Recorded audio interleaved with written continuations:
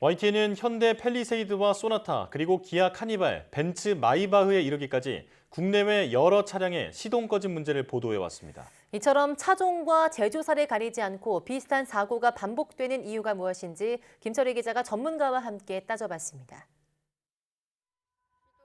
지난 7월 YTN으로 현대자동차의 신형 SUV 더 뉴 팰리세이드에서 시동 꺼짐 현상이 나타났다는 제보가 들어왔습니다.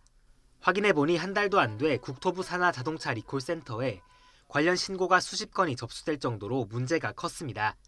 좌회전 차선으로 가서 쓰려고 하는데 얘가 갑자기 삐비비비 막 소리가 나면서 시동이 꺼지더라고요. 기사가 나가고 2주 만에 현대자동차는 해당 차종 4천여 대를 리콜했습니다. 시동 꺼짐 문제는 다른 차량에서도 발견됐습니다. 기아 카니발과 벤츠 마이바흐, 현대 소나타 등 국내외 회사의 여러 차종에서 비슷한 문제가 있었다는 제보가 잇따랐습니다. 이처럼 차종과 제조사를 가리지 않고 시동 꺼짐 문제가 반복되는 이유는 무엇일까?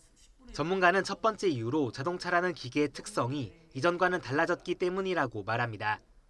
과거에는 차가 단순한 탈 것에 불과했다면 이제는 수많은 반도체가 들어가는 거대한 전자장치가 됐다는 겁니다.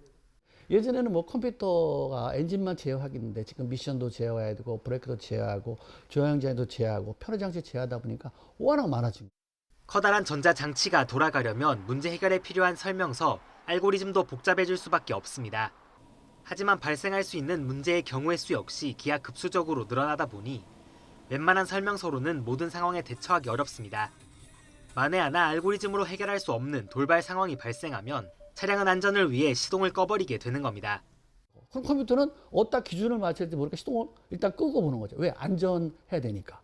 왜냐면 계속 그 시간에 그 조건에 RPM이 올라가면 어떤 급발진을 만들 수 있고 어떤 상황이 위험하기 때문에 반복되는 사고를 막으려면 알고리즘 영역에 대한 투자를 늘려야 한다는 지적이 나옵니다.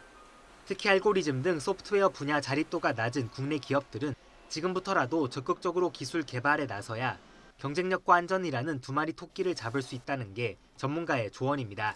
알고리즘을 개발하고 알고리즘을 우리가 주도할 수 있는 그런 어떤 체계가 되지 않으면 앞으로도 경쟁에서 많이 뒤처질 수밖에 없다. 여기에 더해 문제 데이터를 꾸준히 모으고 이를 분석할 수 있는 전문 인력을 양성해야 한다는 목소리도 커지고 있습니다. YTN 김철입니다.